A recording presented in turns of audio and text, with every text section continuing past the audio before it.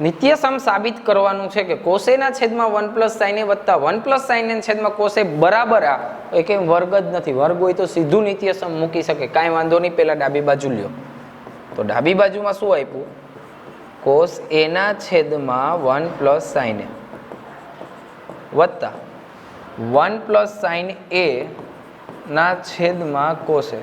જ્યારે પણ વર્ગ નો હોય તો આપણે સાઇન કોસમાં રકમ ફેરવે, પણ સાઇન કોસમાંય ફરેલી હોય, આવા બે પાર્ટ હોય ત્યારે શું કરવાનું? તો કે એક લસા લઈ લેવાનું, છેદ બેન ભેગા કરી દો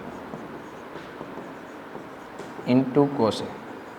હવે આના છેદમાં મેં આ લખી નાખ્યું, આના છેદમાં આ લખી નાખ્યું, જે ઘટે એ ગુણો. તો અહીં કોસ નથી, આપણે લખી નાખ્યું, તો ઉપરના ને કોસ વડે ગુણો. ચાલો કોસ વર્ગ એ થાય, એક કોસ છે આ ગુણાનું, પ્લસ ત્યાં 1 પ્લસ સાઇન એ છે, અહીં નીચે નથી તો આપણે શું કર્યું? લખી નાખ્યું ઉપર ગુણો. તો 1 પ્લસ સાઇન એ એકવાર છે, એકવાર ગુણાનો એટલે એનો વર્ગ આવી ગયું. જો તો કોસ વર્ગે થોડી વાર એમને એમ રહેવા દો.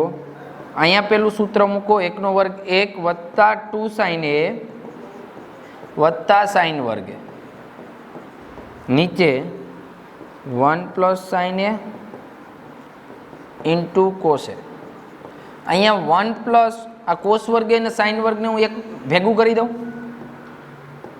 કોસ વર્ગ એ વત્તા સાઇન વર્ગે જે નિત્યસમ છે આપને ખબર છે, એને ભેગું કરી દો, એની જગ્યાએ એકડો લખી દો. 1 વત્તા 1 પ્લસ 2 સાઇન એ છેદમાં એક. આ એકડો ક્યાંથી આવ્યો? કોસ વર્ગ વત્તા સાઇન વર્ગની જગ્યાએ 1 પ્લસ સાઇન એ ઇન્ટુ કોસ એ. હવે આ 1 વત્તા 1 ને 2 કહી દો, વત્તા 2 સાઇન એ કહી દો. અહીંયા 1 પ્લસ સાઇન એ એમ જ ઇન્ટુ કોસે કહી દો. ચલો આ બેમાંથી બગડો કોમન નીકળી શકે, કાઢી લ્યો. બેમાંથી બગડો કોમન કાઢી લ્યો તો શું વધ્યું? 1 પ્લસ સાઇન એ છેદમાં 1 પ્લસ સાઇન એ ઇન્ટુ કોસે. 1 પ્લસ સાઇન એ 1 પ્લસ સાઇન એ કેન્સલ કરી દો, 2 છેદમાં કોસે વધ્યું. આપને ખબર છે 1 અપોન કોસ એટલે સેક થાય, તો આ બગડો એમને એમ 1 અપોન સેકની કોસની જગ્યાએ શું લખી નાખો? સેક એ. જો જમણી સાઈડ આ જ જવાબ છે, તો થઈ ગયું સાબિત.